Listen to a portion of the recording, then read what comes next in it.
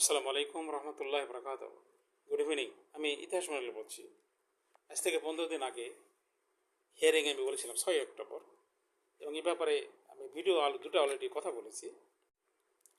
আজকে তার একটা ফাইনাল ডাটা সহকারে একটা শিট বানিয়েছি আর কি। তবে এটা স্যাম্পল। উদ্দেশ্য হলো একটাই, আমি যেটা হিয়ারিংয়ে বলেছিলাম 6 তারিখে, যে আমাদের সার আমদানি করতে হবে না। এক, আমাদের সাফিসিয়েন্ট গ্যাস আছে। হ্যাঁ। দুই, এবং প্রোডাকশান যে ক্যাপাসিটি কারখানা সেটা অ্যাভেলেবল। সো আমাদের আর কোনো অবস্থাতে সার আমদানি করতে হবে না। হিয়ারিংয়ের দিনে আমি 15 মিনিট দাঁড়িয়েছিলাম, কিন্তু কথা বলতে পারি না। চারিদিক থেকে ডিস্টার্ব করা, বিভিন্ন প্রশ্ন করা যায়, কারণ আমার সে কথা বলে সে অভ্যস্তও নেই। আমি আটকেই যাই আর কি, সাবলীল নয় আমি। তো আরও প্রশ্ন করাতে আরও ক্লিয়ার কাট করতেই পারে না। যাক, সেটা খুবই ভালো হয়েছে, মন্দির ভালো হয়েছে। আমি এই ডাটা সহকারে আজকে একটা শুধু স্যাম্পল দিলাম আপনাকে। এর উদ্দেশ্য, 2023 সাল থেকে ঘোড়া সাল উৎপাদন আসার পর থেকে 1 টন যে সার আমদানি করা লাগতো না, কেন তারা করলো টিল নাও, এই 26 সালেটা ঠেকাতে হবে। আমি আমি আমার লেভেল থেকে চেষ্টা করে যাচ্ছি। আপনাদের সাথে এই মনে করো, কালকে থেকে আমি নাম ধরে ধরে বলবো এই কারা এদের জন্য দায়ী। গ্যাস নিয়ে বহুত কথা বলা হয়েছে, কিন্তু কোনো কিছু ঠেকানো যায় না। অকামগুলো ঠেকানো যায় না, অন্যায়গুলো সেটা ঠেকানো যায় না।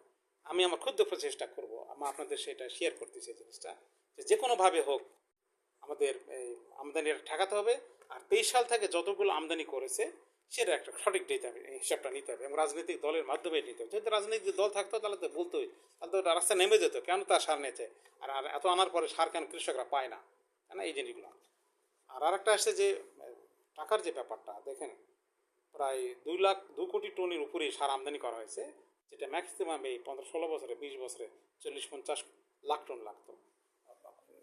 আমি এটা অ্যাকচুয়ালি ওইদিকে বলবো না, আমাদের একটাই হলো যে এই মুহূর্তে সার আমদানিটা ঠেকাতে হবে।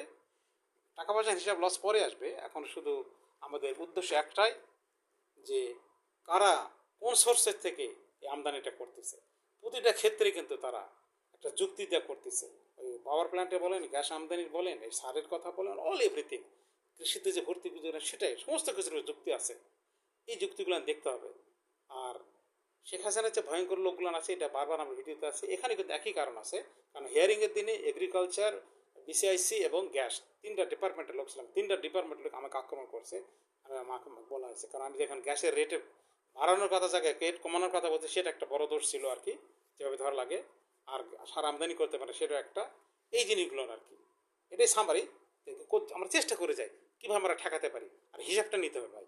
যেহেতু রাজনীতি করতে চাই বাংলাদেশে পড়ে, আর নাম ধরে ধরে হিট করতে ইনশাল্লাহ, এবং তাদেরকে এটা উত্তরটা দিতে হবে। আল্লাহ হাফিজ।